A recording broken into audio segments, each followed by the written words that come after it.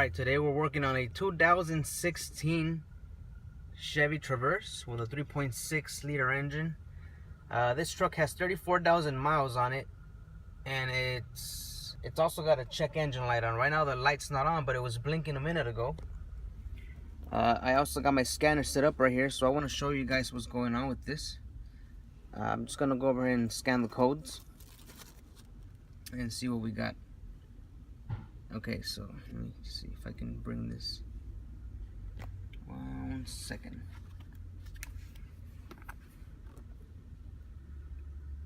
Okay, so we got a P0133 slow response on bank 1 sensor 1, P0171 fuel trim system lean on bank 1, P0300 engine misfire detected, and a P2096 post catalyst fuel trim system low limit. Okay, so with those codes, what I want to do is I want to go ahead and look at some data. So I'm going to go straight to the engine data, and we're going to look at some misfire data since we had the P0300. Okay, looking at the misfire data here, let me go ahead and customize it so we can look at everything a little bit more clear. So I'm going to deselect everything and just go with 1, 2, 3, 4, 5, and 6, and I'm going to list them. Okay, so here on the left of the scanner, you can see that cylinder 1, 3, and 5 are currently misfiring, and the engine actually feels a little bit shaky. Cylinder 2, 4, and 6, which is all 3 cylinders on bank 2, is not doing anything. The misfires are good on that side. And if you look at the check engine light, the check engine light is not on, it's not blinking, but we have misfires over here. They actually went down. I guess this truck's running fine right now. Okay, so as far as misfires go, cylinder 1, 3, and 5 are misfiring.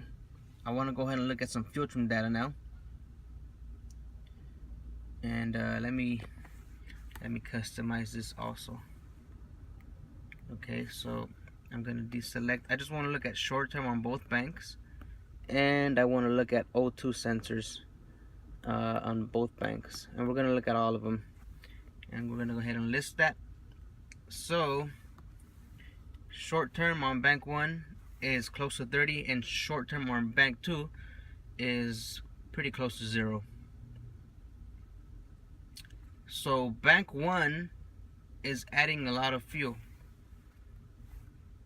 That's what that 34% means. So let's look at bank 1 sensor 2 and bank 1 sensor 1, and let's compare it to bank 2. This is bank 2.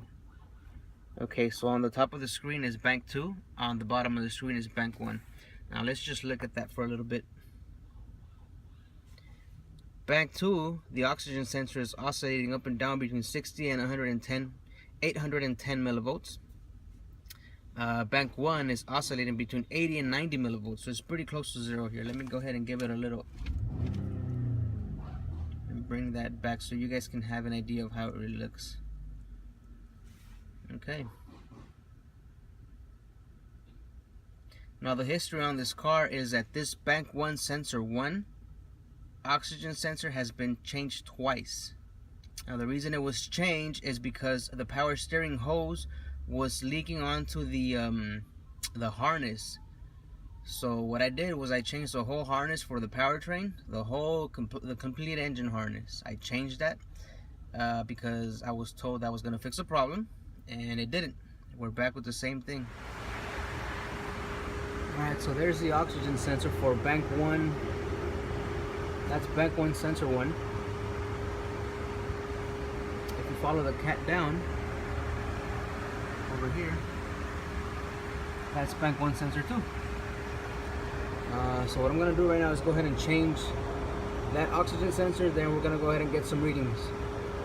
What I should be doing is checking powers, grounds, and the signals to see how it looks, but you do as you're told.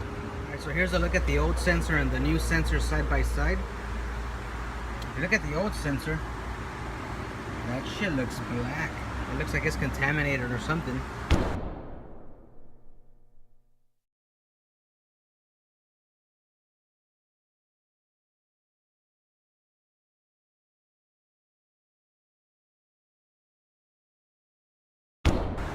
Hopefully the new sensor works, and I'll be able to get you some data so we can see what a good working system looks like. So let's go do that. Okay, here's new readings with the new oxygen sensor. For now, let's just look at a bank 1 sensor 1 and bank 2 sensor 1. You can see how they're reading. They're oscillating between 60 and about 800 millivolts. So that's how they should be looking. Here's bank 1 sensor 2 and bank 2 sensor 2. Right now they're reading the same because the catalytic converter has not warmed up yet. Once it warms up, the downstream sensors are going to be reading a little bit differently than what they are right now. So let me go test drive it. I'll get you guys on the shot once I am all warmed up and sensors are reading properly. Okay, so here's the footage with the new sensor installed. You can see on the left side of the screen the bank 2 sensor 1 and the bank 1 sensor 1 oscillating up and down between 0 and 900 millivolts. So that right there is a good sensor reading. On the right you can see a flat line voltage of the downstream sensors, and that tells me that the catalytic converter is doing its job. So you can see here now on the bottom of the screen that the short-term fuel trims are pretty much close to 0, and that's where they should be. So oxygen sensor stuck lean, causing misfires on one bank because that one bank was spraying more fuel into the cylinders on cylinders 1, 3, and 5.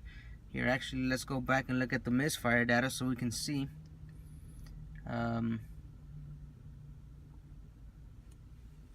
how the oxygen sensor affects all that. From one defective oxygen sensor that was already changed twice, we got misfires, we got fuel trim data, we got bad oxygen sensor readings on the pre-cat and post-cat sensors. So there it is, guys. 2016 Chevy Traverse.